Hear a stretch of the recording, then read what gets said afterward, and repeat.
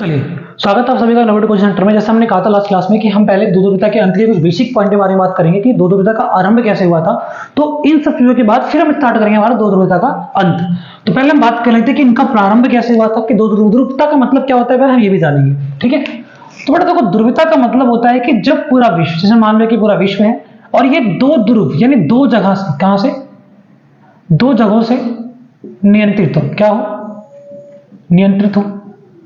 अब ये दो जगहों का मतलब क्या है, तो कहानी ये थी कि दो ध्रुवता का आरंभ बेसिकली इसके जो जड़ें हैं वो दूसरे विश्व युद्ध में, कहां पर है, दूसरे विश्व युद्ध में, आप ये कह लो कि सेकेंड वर्ल्ड वॉर में है। समझ में आ गई बात कैसे। तो थोड़े बहुत हम कहानी समझ लेते हैं कि हम ज्यादा डीप नहीं जाएंगे ताकि आपको कंफ्यूजन ना हो, इसलिए पहले हम यही समझते हैं। तो दूसरा विश्व युद्ध बेसिकली 1939 से लेकर 1945 तक हुआ। कब से कब तक हुआ, 1939 से लेकर 1945 तक दूसरा विश्व युद्ध देखा गया। ठीक है, अब दूसरे विश्व के दौरान क्या क्या चीजें थी। जो दूसरा विश्व युद्ध था वो बेसिकली दो राष्ट्रों के बीच में हुआ। किसके बीच में हुआ, दो राष्ट्रों के बीच में। पहला थे आपका मित्र राष्ट्र और दूसरे थे आपके धुरी राष्ट्र, एक्सेस पावर और एलाइड पावर। ठीक है, तो मित्र राष्ट्र में बेसिकली चार देश शामिल थे। कौन कौन से, पहला यूएसएसआर जिसको हम सोवियत संघ कहते हैं, ठीक है, दूसरा आपका अमेरिका, तीसरा आपका ब्रिटेन, चौथा आपका फ्रांस। ये चार देश आपके मित्र राष्ट्र में थे। दूसरे राष्ट्र की बात कर ले तो हमारे जर्मनी,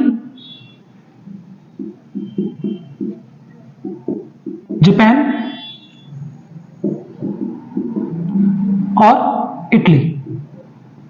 तो बेसिकली जो दूसरा विश्व था वो इन दो राष्ट्रों के बीच में हुआ, मित्र राष्ट्र और ध्रुवीय राष्ट्र। अब कहानी क्या थी, ध्यान रखना कि 1945 में और इसके बाद का जो काल आएगा 1945 से लेकर 1991 तक एक कोल्ड वॉर चला, यानी कि शीत युद्ध चला।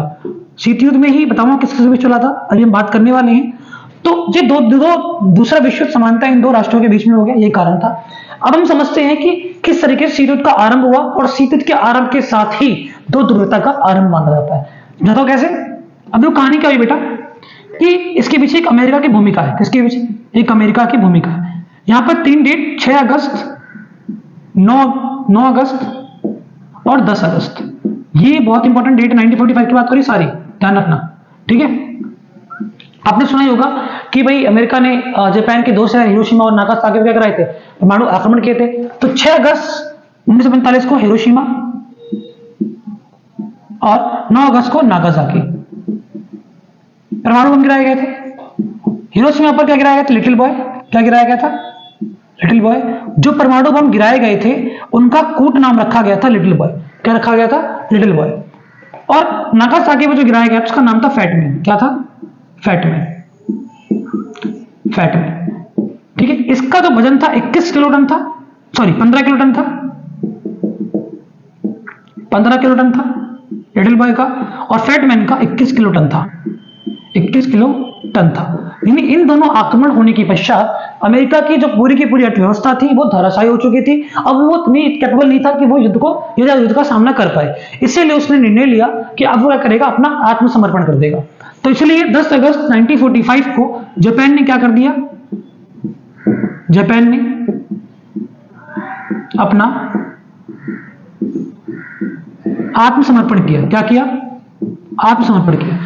याद रखना ये डेट इसलिए इंपॉर्टेंट है, इसलिए मैंने आपको ये पूरा बताया है। क्यों, क्योंकि जैसे ही 10 अगस्त 1945 को जापान ने अपना आत्मसमर्पण किया, उसी के साथ ही दूसरे विश्व युद्ध की समाप्ति, दूसरे विश्व युद्ध की समाप्ति तथा शीत युद्ध का आरंभ हो गया। शीत युद्ध का आरंभ हुआ। अब आपके मन में क्वेश्चन आ रहा होगा कि शीत युद्ध का आरंभ किस देशों के बीच में हुआ और शीत युद्ध होता क्या है, तो हम चर्चा करते हैं। शीत युद्ध बेसिकली सोवियत संघ और अमेरिका के बीच में हुआ। शीत युद्ध क्या होता है, बेसिकली अगर हम बात कर लें तो विचारधाराओं की लड़ाई। क्या होती है, विचार धाराओं की लड़ाई। ठीक है, इन दोनों के बीच में एक वैचारिक मतभेद हो गए। यानी साधारण शब्दों में कहा जाए तो शीत युद्ध समानता एक ऐसी स्थिति कहा जाता है जहां दो देशों के मध्य प्रतिद्वंदता, वैचारिक मतभेद इत्यादि होने के बावजूद भी युद्ध नहीं होता है। यानी आमने सामने कभी युद्ध नहीं हुई, इनके बीच में वैचारिक मतभेद थे, इनके बीच में तनाव था, इनके बीच में संघर्ष था, परंतु युद्ध नहीं हुआ। तो आपके मन में क्वेश्चन आ रहा होगा कि भैया जब दूसरे विश्व युद्ध के दौरान दोनों साथ में थे तो ऐसे क्या कारण थे कि इन दोनों ने ही दूसरे विश्व युद्ध के बाद शीत युद्ध को जन्म दे दिया? तो हम आगे चर्चा करते हैं। देखिए आगे,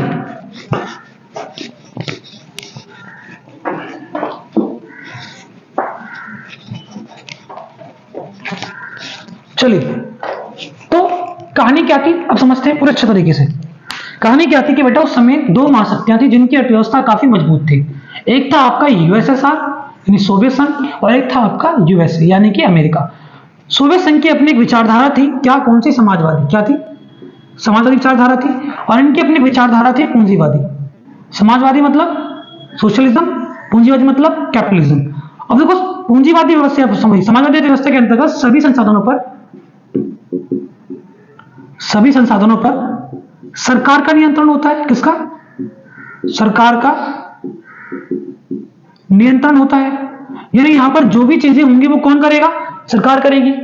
ठीक है, सरकार के अंदर सारी चीजें होंगी। यहां पर सभी संसाधनों पर निजी क्षेत्र का नियंत्रण होता है। यानी यहां पर सभी चीजों पर किसका नियंत्रण होगा? निजी क्षेत्र यानी प्राइवेट सेक्टर का। तो बेसिकली क्या था कि बेटा अमेरिका का मानना था कि उसकी अर्थव्यवस्था काफी मजबूत है, पूंजीवादी, और सोवियत संघ का मानना था कि उसकी अर्थव्यवस्था काफी मजबूत है, यानी समाजवादी।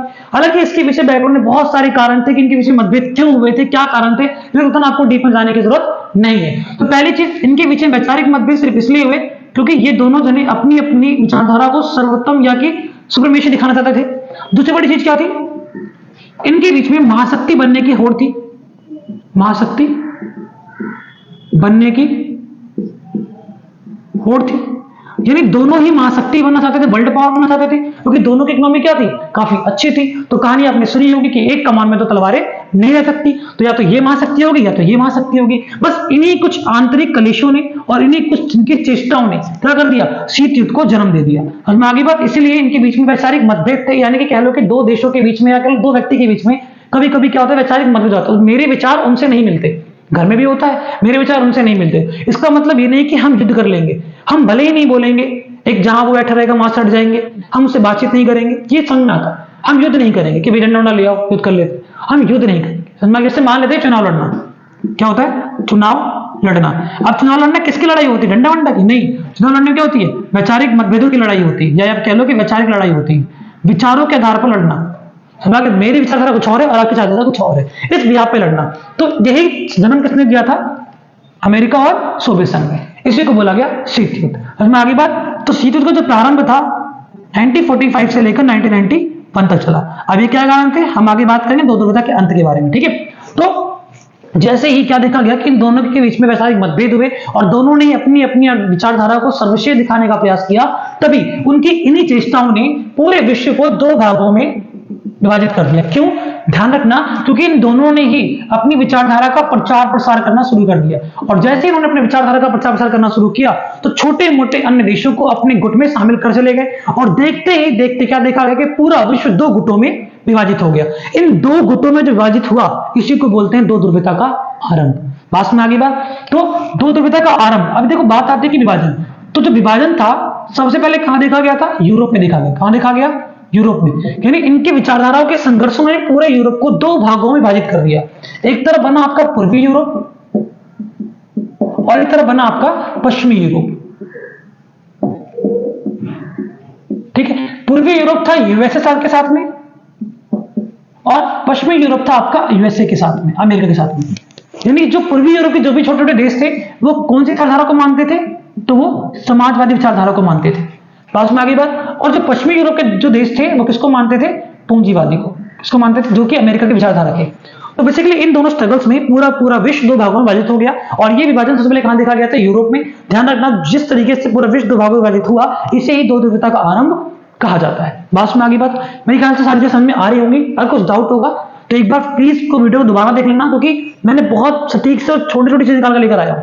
अब मैं और डीप जाऊंगा तो आप कंफ्यूज होगे, और इतना टाइम आपके पास है नहीं। ठीक है, बस आपको समझना होगा कि दो ध्रुवता का आरंभ कैसे हुआ, फिर हम नेक्स्ट चैप्टर जो हमारा सिलेबस है वो हम बात करेंगे दो ध्रुवता का अंत कैसे हो गया। ठीक है, तो इन दोनों के बीच में क्या होगा, स्ट्रगल्स हो गए। अब क्या हुआ, इन्होंने अपने आप को एक गठबंधन कह लो, सैन्य संगठन के रूप में, सैन्य संगठन का रूप देना चाहा। अब ये क्या है, रूप देना चाहा का मतलब क्या है कि जो देश चाहे फिर यूएसआर के साथ थे, फिर चाहे वो अमेरिका के साथ थे, इन्होंने अपने आप को एक संगठन के रूप में बांधने की कोशिश करी। तो इसी चाहने और इसी चेष्टा में क्या देखा गया कि अप्रैल 1949 में अमेरिका ने क्या किया, अमेरिका ने नाटो की स्थापना की। किसकी स्थापना की, नाटो की स्थापना की, जिसके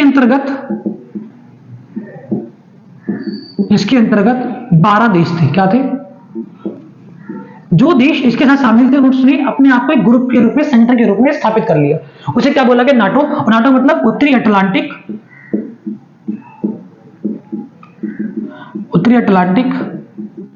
संधि संगठन, नॉर्थ अटलांटिक ट्रीटी ऑर्गेनाइजेशन, ये नाटो की फॉर्म।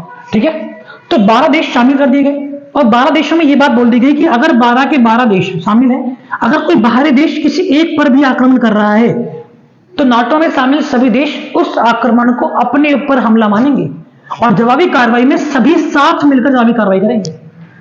बात में आ रही है? तो ध्यान रखना कि जो नाटो बनाया गया था वो कहां बनाया गया था, पश्चिमी यूरोप में बनाया गया था। कहां बनाया गया था, पश्चिमी यूरोप में। ये बहुत इंपॉर्टेंट है, आगे बताऊंगा कि अमेरिका ने ही सीटो और सेंटो बनाए थे। वो क्यों बनाए थे अभी हम आगे बात करने वाले। ठीक है, तो ये एक आपका एक संगठन हो गया, संगठन के रूप में स्थापित कर दिया गया। और संगठन के रूप में जैसे ही स्थापित किया गया वैसे ही शीत युद्ध ने चरम बिंदु हासिल कर लिया। चरम बिंदु का मतलब ये था कि जो ये दो विविधता का आरंभ था, बहुत तेजी से बेचारे मतभेद होने लगे और व्यवस्था और खराब होती चली गई। समझ में आगे बात? आगे हम बात करते हैं फिर क्या हुआ। देखो, तो बात आती है मध्य एशियाई क्षेत्रों में। कहां पर, अब बात आती है मध्य एशियाई क्षेत्रों में भी अमेरिका ने अपनी विचारधाराओं को बढ़ाने बढ़ाने का पूरा ध्यान दिया, पूरी चेष्टा रखी। तो वहां पर इसने दो तरह के संगठन बनाए। पहला आपका बनाया सीटो। क्या बनाया, सीटो, दक्षिणी पूर्वी एशियाई संधि संगठन। ठीक है, सीटो बनाया। इसकी स्थापना की गई थी 1954 में। ये डेट याद रखना, डेट बहुत इंपॉर्टेंट है। दूसरा इसने बनाया एक सेंटो। क्या बनाया, सेंटो। इसको बोलते हैं सेंट्रल टीटी ऑर्गेनाइजेशन, यानी केंद्रीय संधि संगठन। तो इसने ये बनाया। ध्यान रखना, सेंटो को ही बगदाद समझौता कहा जाता है। क्या, बगदाद समझौता। अब ये क्या था ये आपको जानने की जरूरत नहीं है, क्योंकि आपका सिलेबस का पार्ट नहीं है, फिर आप कंफ्यूज होगे, फिर आपके लिए और दिक्कत हो जाएगी। इसलिए रिवीजन बैच में सिर्फ इतना जानो जो आपके लिए एसेंशियल है। ठीक है, तो बात समझ आ गई। अब आगे आ जाओ, आगे चलते हैं। अब अगर अमेरिका ने बनाए तो फिर सोवियत संघ की चुप रहेगा। तो सोवियत संघ ने भी 1955 में अपनी विचारधारा को और उसके साथ जो देश थे उनको एक संगठन के रूप में शामिल करने के लिए क्या बनाया, एक वार्सा पैक्ट बनाया। क्या बनाया, वार्सा पैक्ट। और वार्सा पैक्ट में उस वर्ष 8 देश शामिल थे। कितने, 8 देश। अब देखो नाटो की बात करें तो नाटो में करंट में अप्रोक्सीमेटली लगभग 30 देश शामिल है। 31वें की बात हो रही है यूक्रेन की, अगर शामिल हो जाएगा तो 31 हो जाएंगे। बात में आ गया, लेकिन अभी कितने देश है, 30 देश है। अब मन में क्वेश्चन आ रहा हो कि भैया वार्सा पैक्ट में अभी कितने देश हैं, अगर तब 8 देश थे तो अब कितने देश हैं। तो बेटा आपको बता दूं कि 1991 में सोवियत संघ खत्म हो गया था, यूएसएसआर का डिसइंटीग्रेशन हो गया था, सोवियत संघ का विघटन हो गया था। तो जब सोवियत संघ का विघटन हो गया था तो फिर वार्सा पैक्ट भी क्या रहेगा, उसका भी विघटन हो जाएगा। तो ये एक आपका एक अलग टॉपिक था। ठीक है, तो यही था आपका दो ध्रुवीयता का आरंभ। ठीक है बेटा, कोई दिक्कत है? अब जो हम बात करेंगे तो इसे ही दो ध्रुवीयता का अंत माना गया। ठीक है, तो 1991 की बात कर लेंगे कि 1991 में किस तरीके से दो ध्रुवीयता का अंत हुआ था। तो ये सब चीजों के बारे में बात कर, देखो मैंने आपको नॉर्मली सारी चीजों के बारे में बता दिया कि कैसे कैसे विघटन हुआ, कैसे कैसे दो ध्रुवीयता का आरंभ हुआ था। विघटन के बारे में हम बात करेंगे, डोंट वरी। ठीक है, तो आरंभ के बारे में मैं आपको इतना ही बताना चाहता हूँ कि बहुत सारी चीजें होंगी जो अपनी बुक में देखी है, मैं भी ज्यादा बताता, लेकिन हमारे पास इतना टाइम नहीं है कि हम वो सारी चीजों को बता पाए। ठीक है, जो आपके लिए एसेंशियल होगा वो आप करोगे। ठीक है, अगर आपको फिर भी समझ में नहीं आता है, आपको लगता है कि बेस को थोड़ा डीप बताना चाहिए, तो आप मुझे कमेंट कर देना, मैं और डीप वीडियो लेकर चला आऊंगा। समझ की बात? तो नेक्स्ट क्लास से हमारा जो सिलेबस होगा वो स्टार्ट होगा और पहला टॉपिक हम बात करेंगे दो ध्रुवीयता का अंत। ठीक है, तो मिलते हैं नेक्स्ट क्लास में। Thank you.